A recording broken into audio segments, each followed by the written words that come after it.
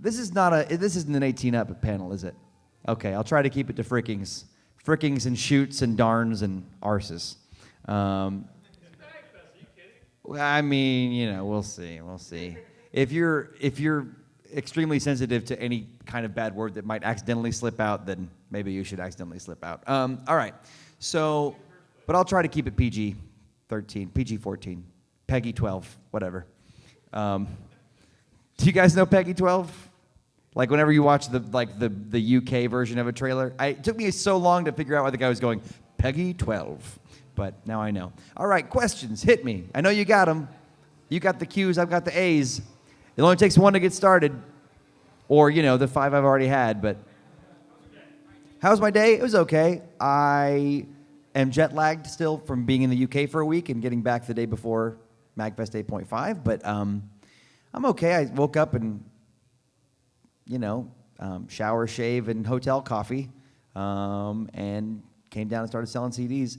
The highlight of my day so far is that I was asked a question at my booth about an artist who is, and not like Picasso, but like a creative who's having motivation problems. And we just talked about it, and I played therapist a little bit because motivation problems in creating your art are like just part of it. So that was my highlight, I think, of the day, is just taking my own experience and trying to help somebody else with the thing that everybody goes through. Because writer's block is like this cliche idea of what it is, but it's not just that. There's a million reasons. So that's how my day's going. Thanks for asking.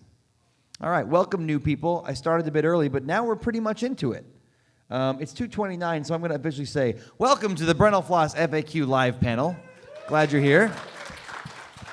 At MAGFest 8.5, the weirdest concept for a convention I've ever heard of, and that includes YuleCon, a Christmas-themed anime convention. That was in Dallas, and actually that's where I met Megaran, and so I wouldn't, and I also, oh my God. Okay, it is MAGFest. There don't seem to be any tiny children in here, but yeah, you know of a band called Arc Attack? They, if you don't know, they take Tesla coils, which are these enormous lightning-generating machines, and they have a band with 2 Tesla coils and a servo drum set. So they set it all into motion, and the drum set plays itself, and these two Tesla coils make tones by going bzz, bzz, bzz, bzz, bzz, bzz, bzz, and like also there's lightning coming out of them.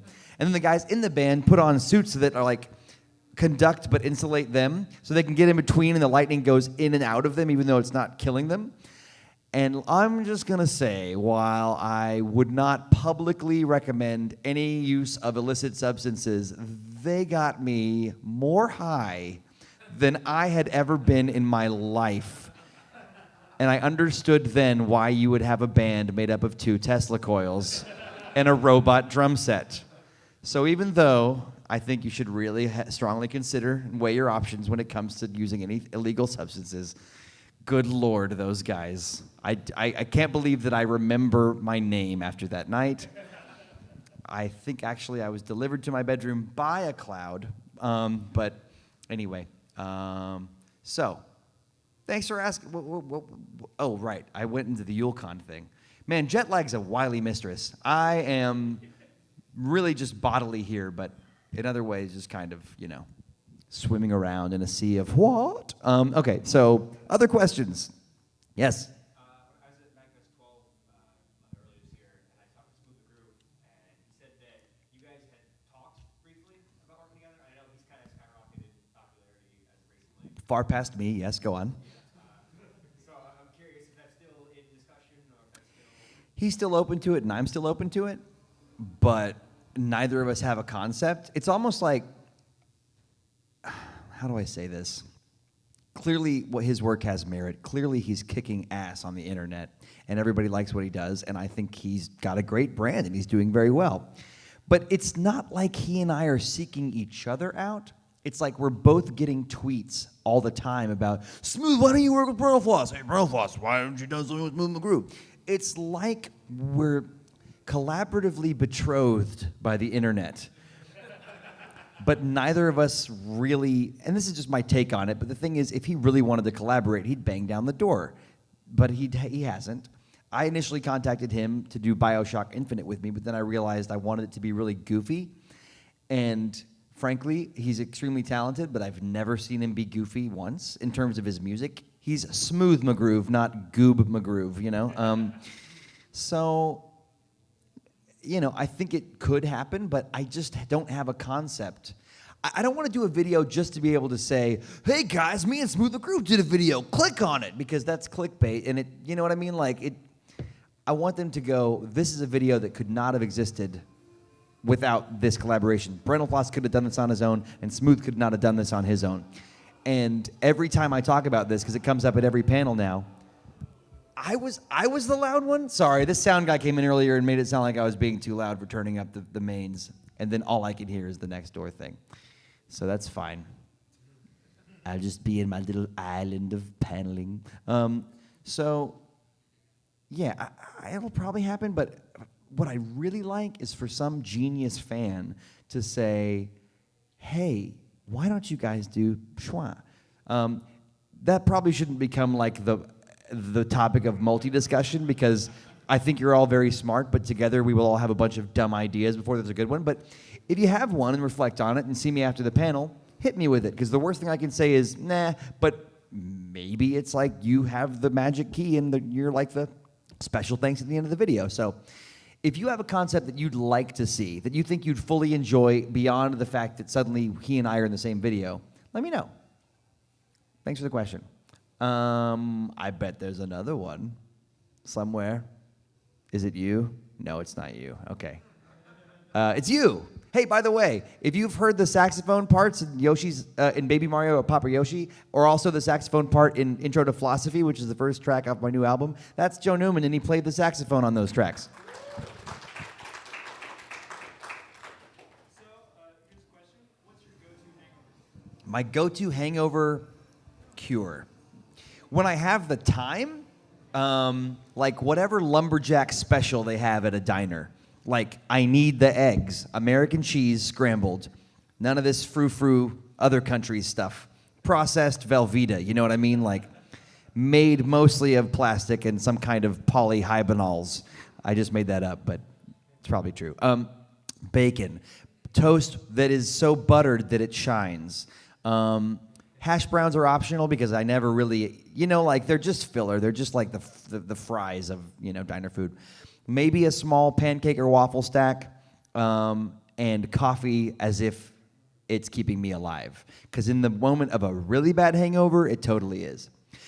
But the thing is that really requires the part of the hangover where you're ready to eat. If it's bad enough that I'm just like, you know, you can feel like, oh, I'm dead to the world today. Sometimes the world is dead to you. You are really messed up. You are, and I don't really drink that much anymore, but sometimes it's like worse than being sick because you know you did it to yourself, you know? So I just tried to catch the fly, but I'm not the Karate Kid, it turns out. There's these little gnats flying around, but anyway, I must smell like ripe fruit. The point is that, hey, hangover cure when you are so sick you can't eat is like, it's hard because, yeah, I don't know. I mean, it's just time. Honestly, if I had the whole day and it was that bad, NyQuil.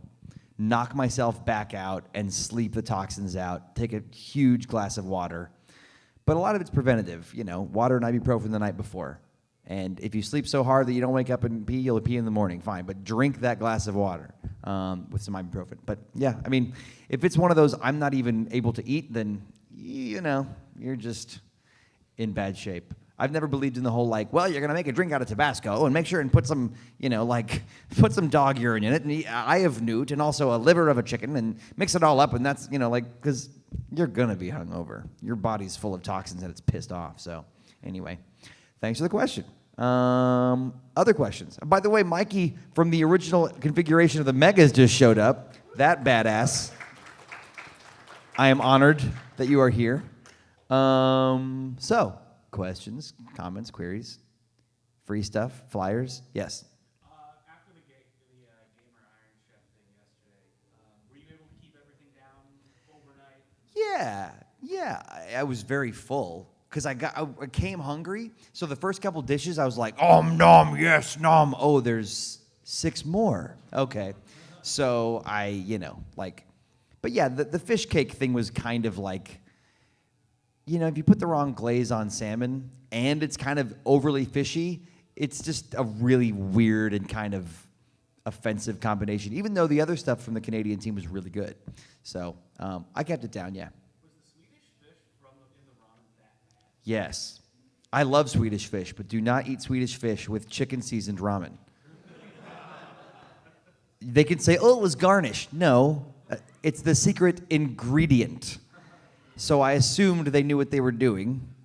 Wrong. That was honestly one of those nasty, when you're in college and you first try certain kinds, maybe not in college, but the first time you try certain kinds of alcohol and your body's not ready, you don't even have a mouth shape that can accept it. So you have this kind of your mouth kind of becomes an exit hole, no, eject that. And you're fighting.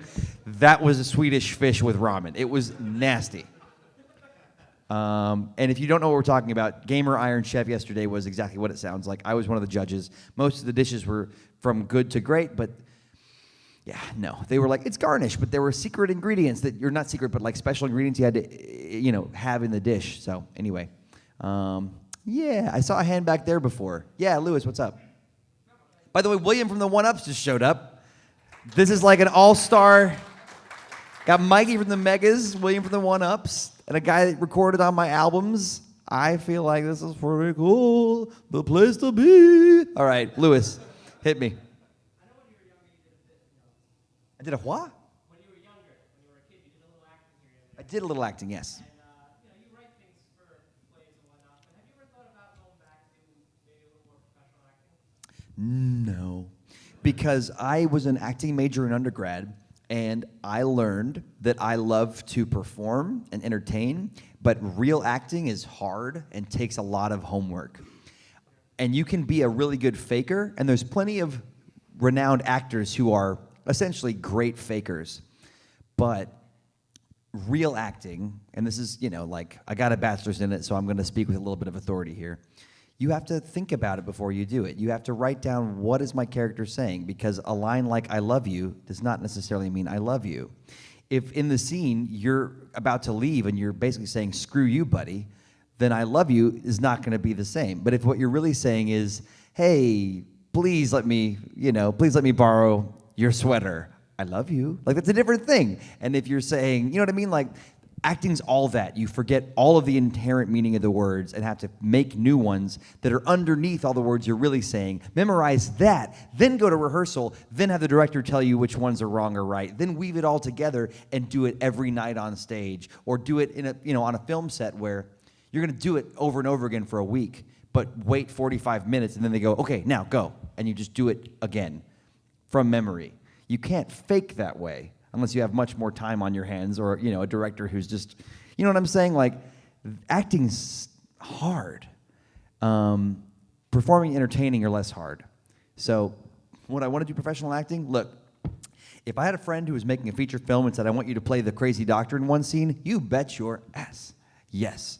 But going out to auditions, doing the slog of that, trying to get my name out there as an actor, no way. No way.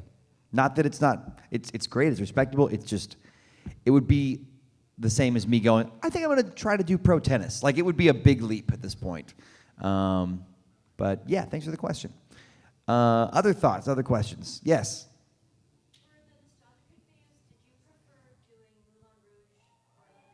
Did I prefer doing Moulin Rouge or Les Mis in the Nostalgia Critic videos? If you don't know, I collaborated with Doug Walker to make long, elaborate reviews of the films Moulin Rouge and Les Mis by writing songs that were in the style of those movies and also appearing in the videos. And they're both 45 minutes long epics. Sorry. But did I prefer, I thought Moulin Rouge was going to be bad because I didn't trust Doug, and I really kind of half-assed the music. And so that was easier, whereas Les Mis, I put a lot of time and a lot of TLC into the arranging of the songs, trying to make them sound good. Not convincingly orchestral, but just more lush than some of the 3 or 4 track songs from the first one. I mean, it's hard to say because Moulin Rouge was a more successful video, even though I half-assed the music. I was also funnier in the dialogue. Which one did I prefer? They were both a pain in the ass, but they're both totally fun to watch, you know? Again, it's work, right? I think I had more artistic fulfillment in Les Mis because I was really doing the math of like, how do I make this song everybody knows? How do I make a song that sounds like Do You Hear the People Sing or sounds like One Day More, but isn't that and yet still sounds good? You know what I mean? It's so like, it's hard to make a sound-alike that actually could be its own song. Usually when you hear a sound-alike, like, you know when they couldn't buy the rights for Mission Impossible in some movie. So they're like, dun, dun, da, da, dun, dun, da, da, ba, ba, boo. And you're like, oh, this is kind of like Mission Impossible, but it sucks. But to do something that's a sound-alike, but not, and it's good, that's hard. So I had more, like, you know, I felt like I was enjoying the whole being the chef in that kitchen, you know, with Les Mis more. But projects like that are big and they're hard, and we shot one in my apartment for like 11 hours, and we shot the other at a convention that was ongoing. So they were both total pains in the ass to do. But that's why, but you do it because you love it, you know. The work it doesn't feel like work. So I'll say Les Mis, but I'd rather watch the Moulin Rouge one. Thanks for the question. Hey guys, thanks for joining us. Met these guys last night, hung out a little bit. It was awesome. I met you before, yeah? Okay, sorry. Right. In the past, whenever I've said the fact that I met somebody the night before or met somebody and they go, we've talked at every MAGFest for the last 18 centuries, dude.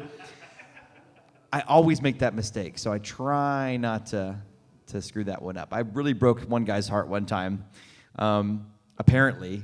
And I'm kind of blunt and don't watch what I say, so this gets in the way, but like, sometimes when people say, I love you, when I'm on stage, I'll be like, I love you, total stranger. That's just a stock answer that I have, so it seems like I'm witty, but really I'm ready with that up my sleeve at any given time. So this guy at one MAGFest, apparently I had sat down at the piano at a former MAGFest, and he and I had played some kind of duet, but like, I do a lot of conventions during the year. Also, was I sober? Did I remember fully? Did I ask him his name? Did we talk about life? But apparently at another MAGFest, I'm coming out of an elevator, and somebody who was in the elevator goes, I love you, Brentalfloss. And without really looking, I go, I love you too, total stranger.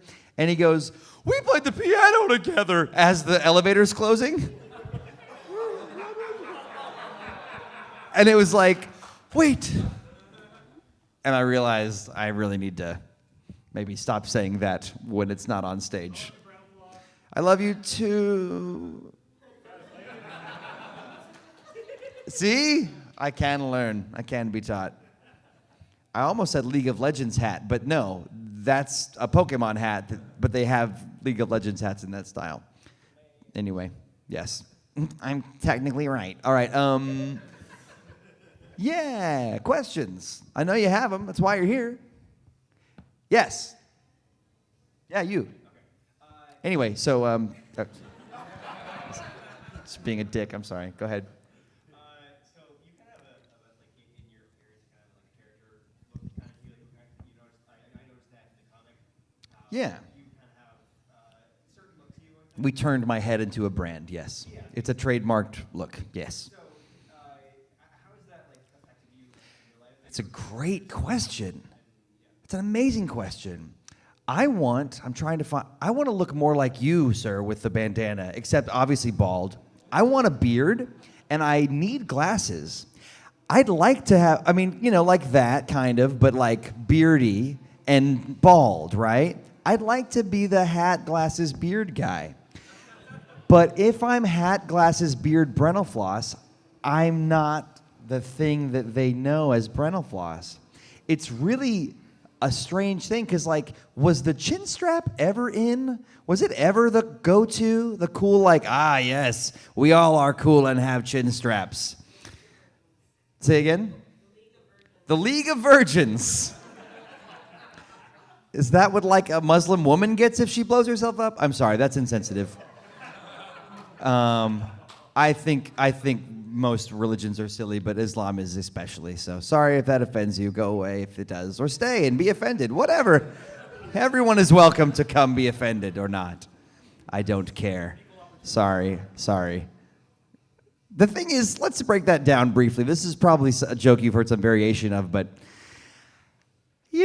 after the first Virgin, you'd probably go, okay, is there maybe like a seasoned kind of veteran of lovemaking here? No? No? Just 71 more, you say? Okay. Is there like a Super Nintendo around? Maybe a buffet? This is it then. Okay. Anyway, I hope that doesn't sound sexist. I just think it's pretty dumb, the idea that that's why you're doing it, to blow people up. Okay, I'm done. Sorry. 9/11 just happened. I'm sorry. I'm just fucking it all up. All right. So I never said any of the things that happened in the last 2 minutes. That was all an illusion. What was I talking about? My face, right? Yeah, but this thing, like, I don't really think this is like necessarily my best look ever. I bet there's people in this world that look at me and look at the way I've done my face and go, God, that guy looks kind of douchey. But you laughed because that's what you thought, and you wouldn't be wrong. No, it's okay. In humor, there is truth, right? There is kind of a thing, we all tribally just look at somebody and go, okay, I have an idea of what I'm pretty sure about this guy. But if I change it, am I Brentalfloss? It's a great question. So yeah, just know that it does get in the way. Also, I play a floating head version of myself on a web series, and that guy can't really change because he's a computer program. What is it like? I have a beard subroutine today. No, it's like that's how it is, right? But yeah, hat, glasses, beard, Brent, is a look that if I were, I don't know, like about to go back to school and like Brentalfloss wasn't a thing, I would totally rock that.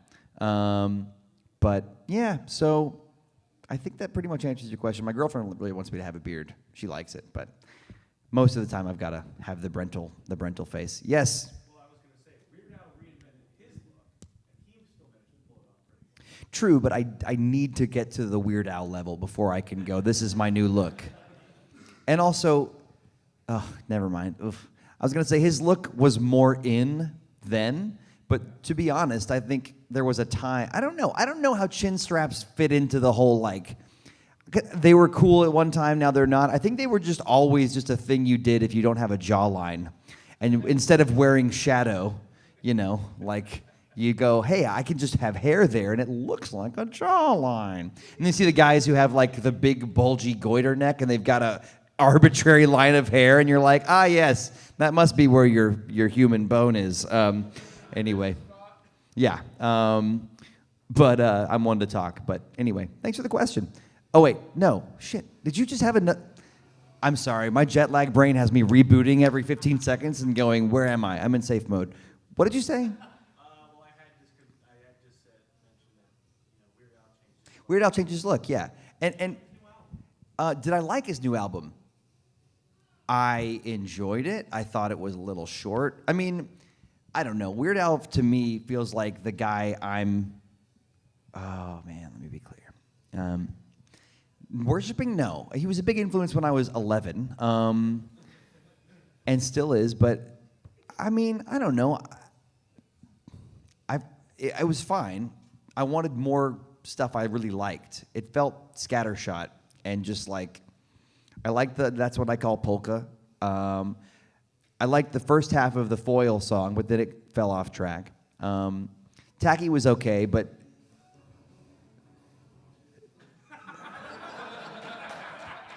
thank you, random chiptune music. I have an opinion. Anyway, but yeah, I think he's a genius. I also think that I don't think any of his best work in terms of his legacy was on that album. I think he's going to live on with The Saga Begins, Eat It, Amish Paradise. I mean, like, even stuff that was huge at the time, like Bad, or Fat, rather. Nobody remembers Bad, so nobody remembers Fat. It's almost like the songs people remember from any given time, if Weird Al did that song, they'll remember his. They rarely remember his song. You know what I'm saying. He's a brilliant genius. I didn't get a huge kick out of the album, I will say. It was fine. It was a good listen through, and I listened to a couple of them a few more times, but it really wasn't my favorite. Maybe I'm just a Weird Al hipster, or a reverse hipster. Maybe I'm like I used to like his old stuff, but now I don't know. He got #1 on iTunes, so I can't like this one. I don't know. I don't know what my motivations are. But, yeah, it wasn't my favorite Weird Al. Thanks for the question.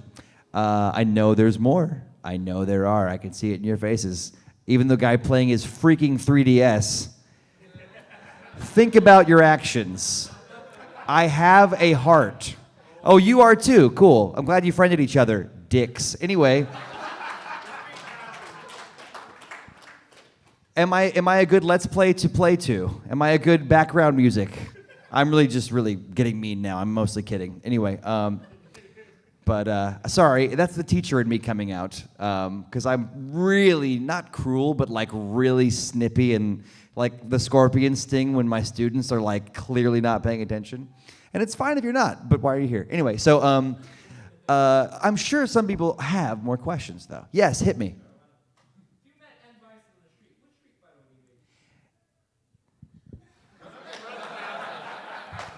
Oh, you mean which fighter in the game? Not which cartridge would I be like, I'm this one today. Like, okay, sorry. I was really going metaphysical with that. I'm Street Fighter Alpha 3. You have to blow in me, though. I'm full of dust. Like, okay, M. Bison. Probably green M. Bison then. Because he's got that freaking slide thing. You can never get out of it. I mean, Ken's got a cancel that's pretty solid. I usually play with E-Honda, actually. I like the rhythm of E-Honda. Because even though it's hard to get a good, like, especially in Super Street Fighter 2, the new challengers, it's hard to get into the position where you can really do a good, like, combo. But once you do, even if you're on, like, low energy, once you corner them or get them in the moment where they can't avoid the next thing you're going to do, then you can win really fast because his weight makes him really, it makes the blows very powerful. But honestly, real life M. Bison, and I'm going to die or, otherwise be humiliated in the street otherwise, green M. Bison. Yeah, that's who it would be. Thanks for the question. Thanks for saving me from the possibly too mean thing that I did earlier with the 3DS guys. Sorry. Once I pop, the fun don't stop. Somebody please stop me from talking. Raise your hands now. There you go.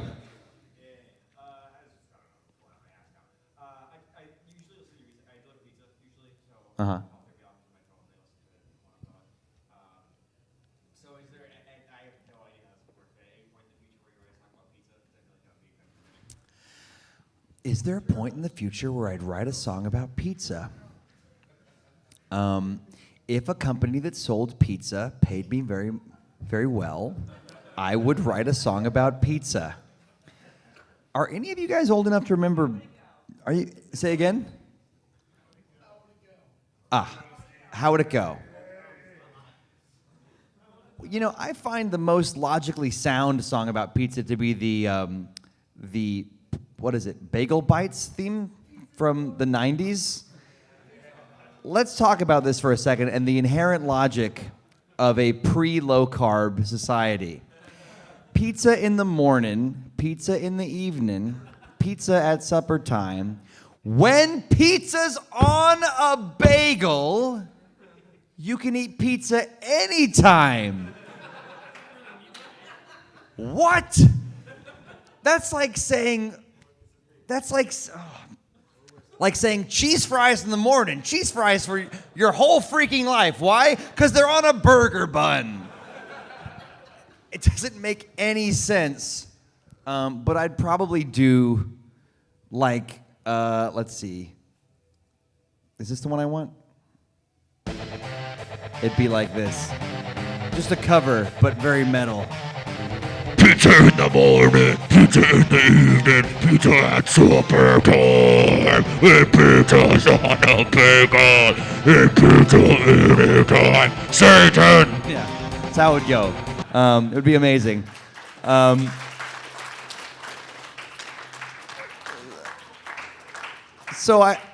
Just start singing that in the car when you're delivering pizzas, and you'll have a wonderful time.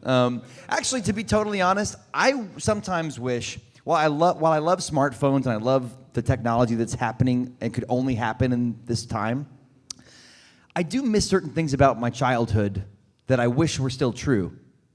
When was the last time you heard a really great commercial jingle that wasn't just the very end, but was the whole commercial? Like Big Red. So kiss a little longer, hold tight a little longer, stay close a little longer, longer with Big Red. Like, that's a great song. They structurally packed an entire song, A, B, and a C, with it feels like it's all of a piece with itself in 30 seconds, and I can't get it out of my mind. And they don't have that anymore. They just have, maybe at the end it's like, like that's, like to make you remember. But that's a kind of tag jingle, not like the whole thing. And they still have ones that were from back there, like that really creepy 800-588-2600, which is weird. It sounds like playing a record backwards. But you can't forget it, because it haunts your dreams. But I'd love to write a pizza jingle. Yeah, like one of those songs that it's corny, but you cannot stop. You whistle it, you hum it. Give me a break, Kit Kat bars, right? Or, I guess the McDonald's I'm loving it thing kind of, but even then, anyway, I'm rambling about jingles. I wrote a jingle once. It wasn't great. I was in my early 20s, but it was for a local, I was in Ardmore, Oklahoma teaching a musical theater class, and this guy caught wind that I write songs, and he was like, hey man, I run this metal supply warehouse called J&I. Would you write us a jingle? And I was like, and he's like, I'll give you $4,000. And I was like, oh, yes, I will. Yes, I will. It is weird. I'll play it for you. I think I have it. It's just weird. And I wrote it in like a day because he wanted it very fast. Oh, God, here it is. I collaborated on this with my buddy Rob. Just know that I was young and I did it for the money. I needed the money, y'all. Hopefully you'll be able to hear it. You don't want to settle when you're looking to make a buy. If it's made of metal, you can find it at J&I. We got fences, welders, sprayers that'll make you say, oh my! Oh my! From a truck bed to a trailer, you can find it at J&I. J&I. You can put a magnet on it, you can find it at J&I. So that was the... If you can put a magnet on it, you can find it at J&I. That was my one jingle. So maybe one day pizza. Yes, front row. So, how much of that ended up being an inspiration for the TF2 song? It's a great question. You want to know what really was the inspiration for the TF2 song? If you guys haven't heard my Team Fortress 2 song, it's a bluegrass. I wrote, well, somebody just close that door. We're not going to get anybody new in here. And if we do, they'll really want to be in here. Thanks, buddy. You've redeemed yourself for the 3DS thing. Sorry I was so mean. So I wrote a show called Oh Musical the Musical that was a satire of my college, which was OU. They had a dry campus policy. This kid died from drinking too much booze. And instead of attacking the hazing stuff that actually led to him dying, they were like, we're going to just have no alcohol on campus unless it's a fundraiser or unless you're paying the college for booze. And I went, that's stupid. I was in the drama club, and I was like, not drama club, the drama school, and we got drunk all the time. But if somebody was like, I don't drink, it was like, great, drive me home. It wasn't like, no, drink, pussy. It wasn't that thing. We didn't have that. That's what killed that kid. So I wrote a satirical South Park style musical about what if a kid a year later got into it, what am I trying to say? Drank too much water in a hazing thing and then fell into a coma. So the president says, all right, no more water on campus. Showers are out. Toilets will have to, anyway. So that was the idea. But the opening number, this statue that is on campus of this farmer guy sowing the seeds of education and prosperity comes to life and sings the opening number, which is like a bluegrass. So this is really where the Team Fortress 2 song in my mind comes from. Here we go. It's August, the sun is rising in the east, and it's an Oklahoma morning, a Norman, Oklahoma morning.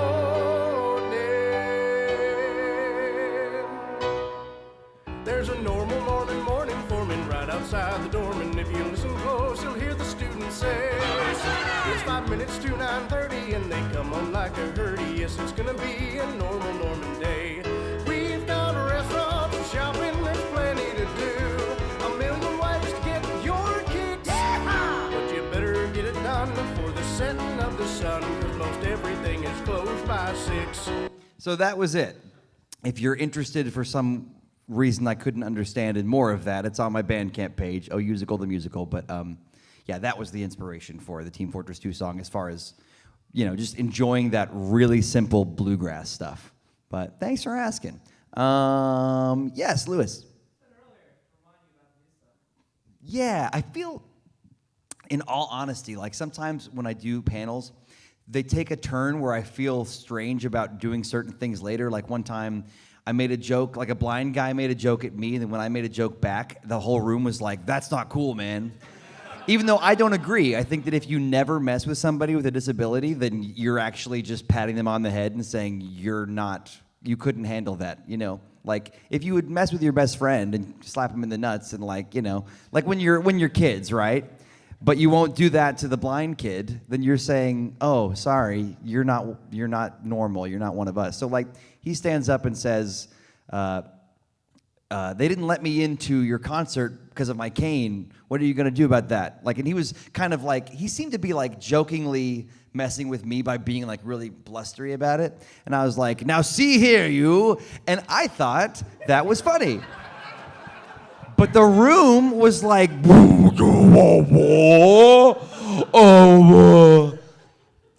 so I backpedaled and felt very like, when a whole room does that, it really affects you. It's hard to like dig in your heels and go, no, this was the right choice to make, the one that I made. He wasn't worried about it, but everybody else was. It seemed at the moment. So I spent the rest of the panel trying to be really overly nice and backpedal.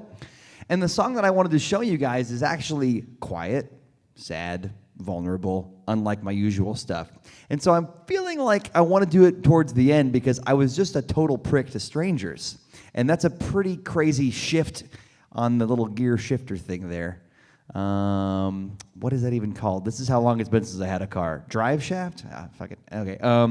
So let's do a few more questions before I show new stuff. Gear shifter. Okay. Gear shift. My dad wanted me so bad to be into cars, and oh well. Yes? With your popularity and your parody videos, have you ever had any legal trouble with what you're kind of making fun of? Even though it's like you're allowed to do that, but the companies have lawyers and they can say no to a lot of things. Twice. The first was a song called Super Mario World, where I did my impression of Louis Armstrong. In 2008, if you guys are newer fans, you won't remember. It went like this. I see Mario, Luigi too. He's player one, he's player two, and I think to myself, Super Mario World. And it was just a little gag. It was just a, thank you. It was just a silly joke.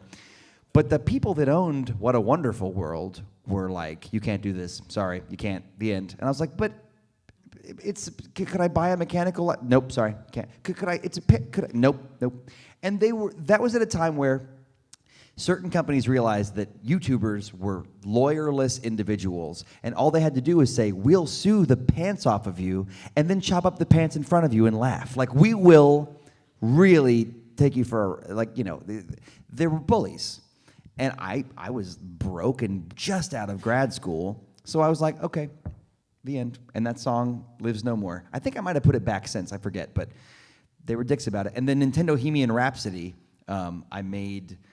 Okay, we got one of the guitarists from the Proto Men. They have a Brian May, this guitarist, Dylan, had a Brian May guitar, and it sounded so good. And the YouTube bot, because we used the same tempo, we made our own track, but we tried to make a sound-alike track.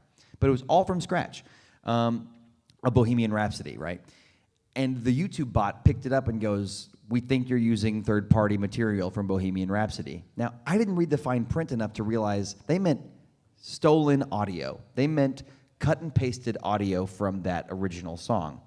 We hadn't done that. We just really tried to nail the sound. So I clicked yes. Of course we've used third party, but they made me agree to that, like Catholic Church Galileo style, before I could finish the upload. And what I legally said was we used their audio recording, which once you say that, saying, oh, just kidding, like you can't do it. So until I got a YouTube network, which inherently is a buffer with a lawyer, that video just, was only on Blip and other places. But it's never been Nintendo. it's always just people who, I don't know, I think it's always funny when somebody's job is to take a song they had no part in creating and ruthlessly defend anybody else from enjoying it in a certain way because that's how they make money. I mean, by the same token, if somebody just steals my thing and pretends it's theirs, that sucks. So I get it. But yeah, those are the times I've run into it. And thank Jesus it hasn't been the stuff on my albums like Sister Christian parody of, Night Ranger, Sister Christian, which was called Mushroom Kingdom, and also the David Bowie Space Oddity thing that I did. Because that would suck to have to take down the album and re-upload it without that song. But they all were pretty cool about it. So, yeah, thanks for the question. Tom. You just spoke a moment ago about machine licenses. Have you ever actually had to purchase any for any reason you've worked on? How much do they cost? I've never purchased a mechanical license, but they tend to be 9 cents per download. If you do it through like Louder is this great distribution service for people doing covers or mostly covers or remixes because the mechanical is built in. So instead of having to set aside the money and have some weird account with the company, they just take it out every time there's a download. So it basically ends up being between 10 and 20% of your profit. But if you get to release that song and everything is groovy, then it's actually a great deal. But I've never purchased a mechanical because most of my stuff's parody, and what's not parody is video game remixing. And I don't know, just the precedent set by all the people that did it before me and didn't get in trouble, and the fact that if you're somebody that worked on the original Mario game music, like, I don't know, Koji Kondo, who's written I hate to sound like one of those people that pirates Game of Thrones, but I'm helping people buy... I'm encouraging people to purchase more Nintendo products. I'm not taking away something from them. If somebody buys my remix from me, it doesn't actually hurt Nintendo's market share of a thing because they're not selling music; they're selling games. That's how I sleep at night. Is that I'm like an ad for Nintendo basically, and that it comes out in the wash. But the short answer is I've never bought a mechanical, but I've thought about making an album of silly covers of serious songs.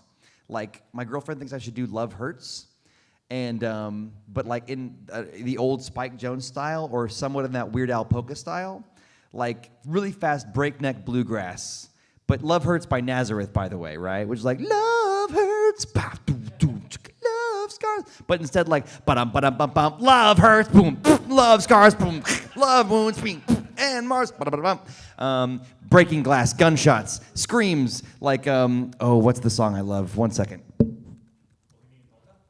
No. This is from Spike Jonze, who basically was a huge influence on Weird Al in the 30s and 40s. I'm just going to skip to the one part that I love because it's just like that. Okay, give it a second. But you can inherently hear the silliness and the wackiness here. I'm going to let this go through.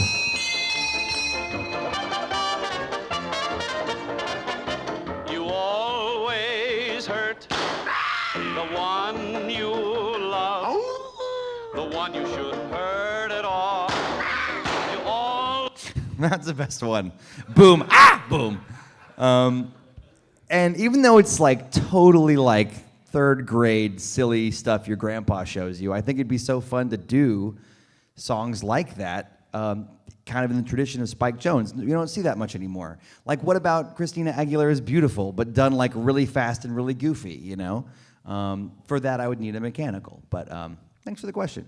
Is there another waiting in the wings? Yes. What's your first video game you remember playing? First video game I remember playing is definitely Super Mario Brothers Duck Hunt.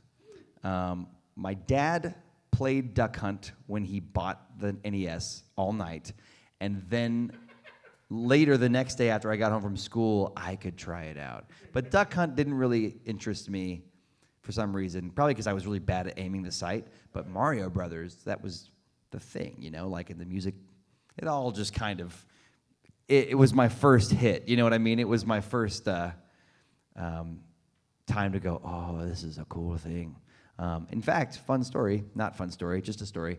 I remembered after I started doing the Brentalfloss thing, it occurred to me that one time I was singing lyrics along with the game, and I didn't realize my dad was in the room. and must have been there the whole time.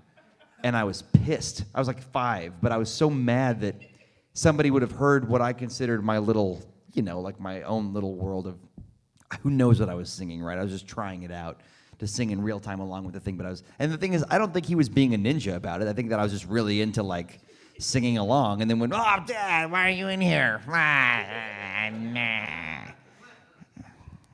I didn't want you to see the inside of my heart, Father. And you know what I'm saying? Yeah, there's just a weird dad-son thing. Yeah, that was the first game. You. Because now you're interested. No longer, yeah. All right, okay, I deserve that, I guess. It's all right. Okay, anyway. I won't remember tomorrow. Go on. So with all the discussion about legal things, have you heard about apparently recently Deadmau5 sent Disney a cease and desist letter because Disney created a video with Mickey Mouse doing something and they were playing ghosts and stuff in the background as background music. And apparently there was no deal between. I didn't hear that. So the short answer is no, but I think that what's interesting about the YouTube has single-handedly had to create new ways of doing things because there's such an easy broadcast system now for individuals that wasn't there before. SoundCloud, not the same. Napster, not the same. We haven't had a common currency of video and or audio that anybody can broadcast to an infinite audience ever before. And so people have had to remake the laws, but now companies that used to get away with stuff are also having to deal with that. Like, didn't Jonathan Colton do a very specific and creative cover of Baby Got Back, and then Glee lifted it? But how can you copyright what's unique about your cover? Can you? Should you be able to? I don't know. But it was still a dick move. And he never got paid. And that was, I'm pretty sure the people who are producing Glee could afford to pay him a couple freaking, dimes of their huge Scrooge McDuck pots of money. I think they could have sliced him off a tiny bit of the crust of that cheesecake and it would have made him for a year. But they didn't. So that's interesting. To me, it comes down to, can you justify your actions? I try not to steal TV because I want to make TV. I try not to steal music because I make music. I can understand why if you don't, you wouldn't. I can understand because I was a Napster kid myself. I've been on both sides. I had no clue what I was doing at the time. But a lot of that music, you couldn't just go out and buy the track. So then iTunes kind of came and made it where, like, now I can pretty easily buy a lot of stuff and feel okay about it. That's me. Oh, man, I just burped through my nose. Oh, I got the burn. Oh, my God. Okay, it's like the opposite of brain freeze. All right, I'm going to do a song I'm a little bit afraid to do, but I feel like I've made up with you, and then I feel like we're cool now. The thing is, when you have a moment to say the word dicks and everybody's going to laugh, and they do, it's like, oh, this feels good. I'm going to keep being mean, but I didn't mean it, mostly.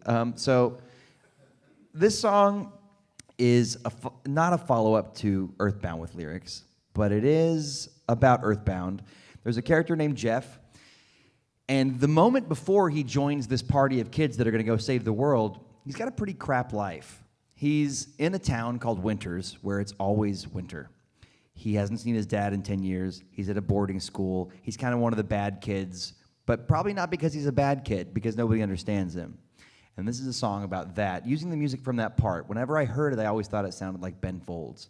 And in the same way that I tried to kind of pull a Ben Folds sound with Zidane Tavivi in 2013, I just can't leave well enough alone. As much as things like Metroid go and make everybody go, what the hell has happened to Brent? I can't leave well enough alone, and I have to try occasionally doing something that's not just dicks and farts. So this is that. And what else do I need to tell you about it? This is just a demo version. It's going to have more instruments and stuff. But this is just a song about the life that this little, I guess, 10-ish-year-old kid is living right before he finds out he's going to get to save the world and become a robot and all that cool stuff. Spoilers, sorry. So here it goes. If somebody could semi-secretly run back there and turn up slider 4, I'd be so grateful, because Homeboy from before was like, it's too loud. despite the next door stuff. Slider 4, yeah. Not that one. No. Sorry, I didn't mean you, Lewis. I meant not that song. You're good. You're good. Here we go.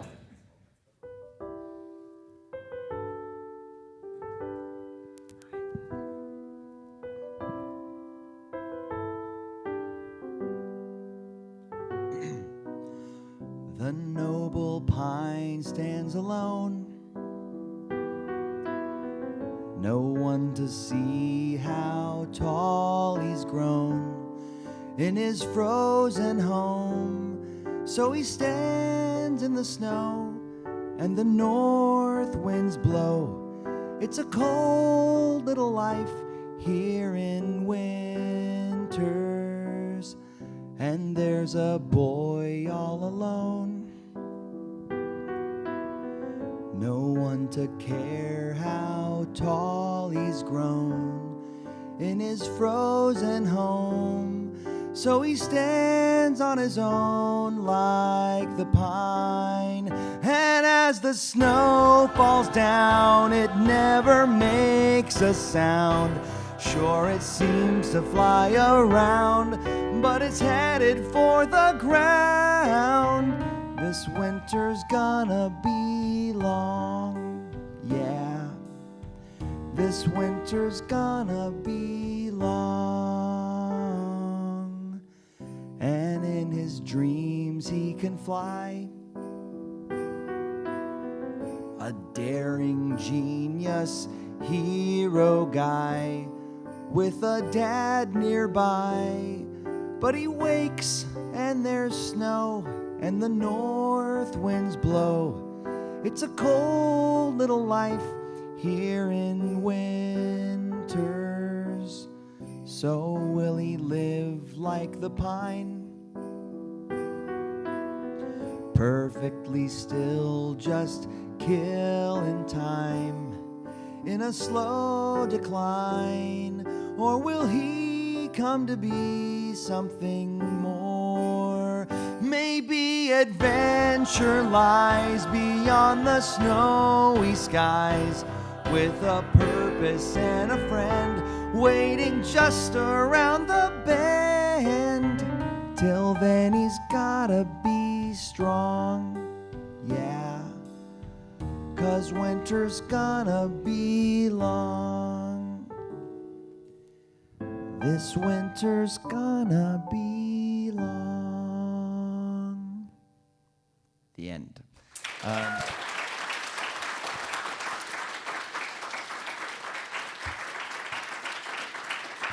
So I think that's going to be like one of the tent poles of the 12 Days of Brentmas, which I'm bringing back this year. And the other will be Ocarina of Time with lyrics with me and Dave Ballmer from the Super Mario Land video.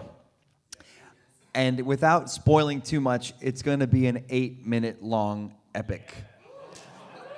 And so if you come by my booth and just happen to think of it, if you wanted to hear a little bit of that, I've got some demos. I don't have time now because they're going to kick me out soon. But actually, they don't kick you out till like 3:30, huh? Like they don't kick you out till like on the dot, right? You know what? If you guys want to hear a little bit of Ocarina of Time with lyrics. And before I show you, I'm just going to say, I'm still working on that Jeff song. It's not set in stone. And I, after the Metroid thing, really don't want to just go, yeah, I got this. I can do it. If you have thoughts like, I loved it till this thing and that line killed it for me, or whatever, if we do it now, it'll become a discussion and almost group therapy. But if you see me after or whenever and have a thought about it, improving it, or hey, don't do that, you're gonna, or whatever, just tell me, because I want to still occasionally do stuff that's not just, dick and fart humor.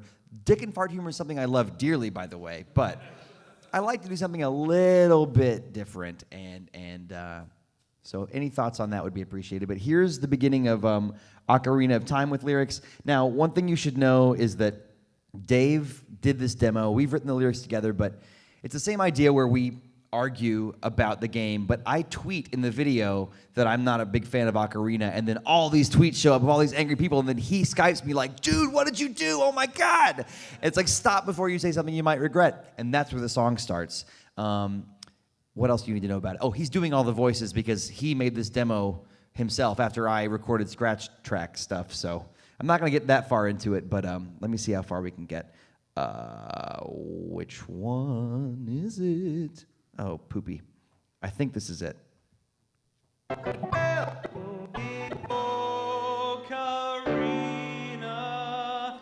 of Time. Title card. You see all the tweets popping up already all around the title card. And like they just keep on stacking and keep on stacking, and they're full of Easter eggs. And then Dave comes up on a Skype. And there he is. Stop before you say something you might regret. We need to set some Skype hacking boundaries. Don't diss Ocarina on the internet. Or what? Think what frightening fanboys you provoke. They won't know you're otherwise a decent bloke. Now here's Dave doing me. Oh no, Ocarina minions. Look, Dave, this is my opinion. After 12 hours, your opinion is conjecture. Do I sense a rambling lecture? Yes, I rule with grandeur in our minds and a flat 2D plane. We long for a game to expand that old land that we love. So we argue and we argue and we argue and we argue. And it's a lot of him waxing and me getting mad that he won't just let me talk. And I get madder and madder and madder. And it creeps me out. I feel like that's been established. You're a 16-bit snob. What the hell is your problem? Here's what I'm getting at. The crappy textures make it all look so gross and flat. And why do those two guys run around like that? And also there's this owl who will not shut up. Not one for reading them. This makes my eyeballs sore. 3D was done so well in Mario 64. Although it was released 2 whole years before. This clunky piece of crap you somehow adore. But it is loved by all. Delusional. And it is wonderful. I just don't feel the magic. It feels like everyone's on board except for me, douchebag. They took my high rule. Yeah, and made me look like stool. What is your I don't know why you guys all love it so much. Cha-cha-cha. You know what I hate? Well, you know what I love? Aiming shots, breaking pots. Just connect the dots in your brainy bank. Hey, Navi's voice, much more choice. But I don't rejoice when the choices suck. You limey fuck. Then you scream magic beans, which are dumb. No, they're not. Zombie scream on my dream, but it's fun. It's not fun. Yes, it is. No, it's not. Yes, it is. It's not. You're dumb. Screw you. Blow me. No, thanks. Damn it. Shut up. Shut up. And even though I skipped parts, that's just the first half of an 8-minute freaking video. So thanks for listening to that. The truth is I want so badly to spoil the whole thing just to see you guys light up, those of you that, you know, like are fans and give a crap. Because some of you are just trying it out, or you just, but I mean, those of you that saw the first video that we did and would appreciate the sequelness of this, but I can't. Just know it's a big deal and very exciting, and now I've hyped it up too much, it'll never work. But anyway, it's gonna be fun. You know, if they're not going to kick me out for another 4 minutes, if you have any other questions, yeah, go ahead. Yeah, we've seen you in some Brentalfloss, John Trump videos. Right. Was there any future for that? Like, are you going to be any more of his? And then, is he going to show up in any of yours? Well, he was in We Shop channel with lyrics, without his trademark hat. But, you know, I briefly thought about doing a Solstice with lyrics where he's the wizard. And so, like, Solstice is a game that the title theme lives on more than the actual game. So it would start out with like me going like something like I never tried to play this game. I don't know what it's about. I guess I'll just put it away. I don't really care. And then he the wizard from the game comes out of the cartridge like, you fool, and like tells me about how the game is so awesome.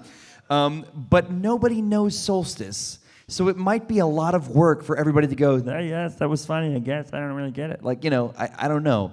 Also, to be quite honest, while I like John the person a lot, he's kind of lately his Twitter decisions have been a lot like what my Twitter decisions would have been if I were as young as him and as popular as him numerically. I can't judge I would totally have dug in my heels and been argumentative with certain kinds of people on Twitter, but it really kind of like messes things up a bit. And so, while I was already not sure about Solstice, but like, I don't know. I'm not saying now I won't work with John. I'm saying now it has to be such a good idea, at least for the next next month or so. It'll blow over. It always does. But that's a bit of insight into the politics of YouTube I didn't expect to talk about. But,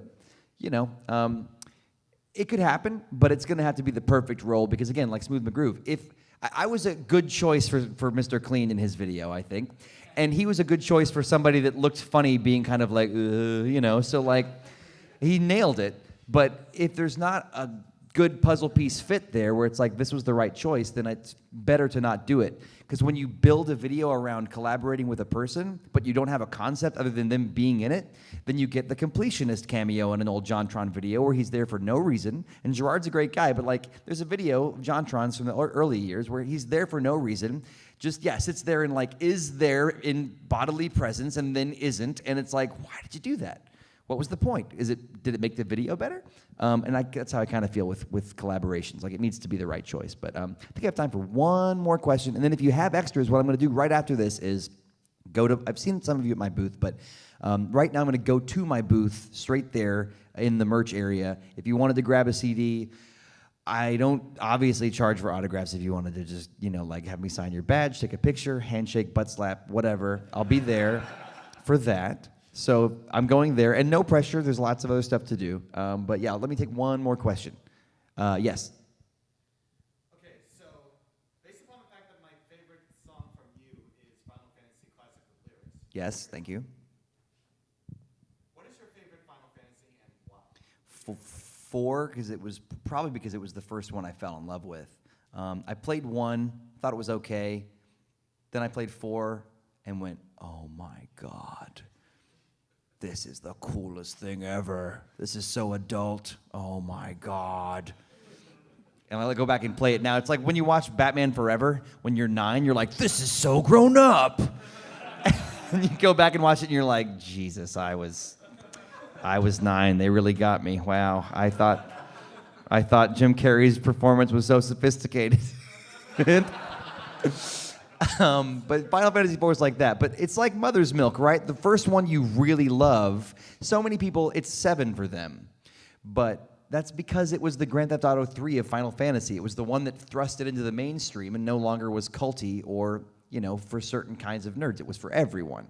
But for me, it's 4. And I could talk about all the great things about the game, but it could all be interchangeable with somebody else loving their favorite and saying all their favorite things.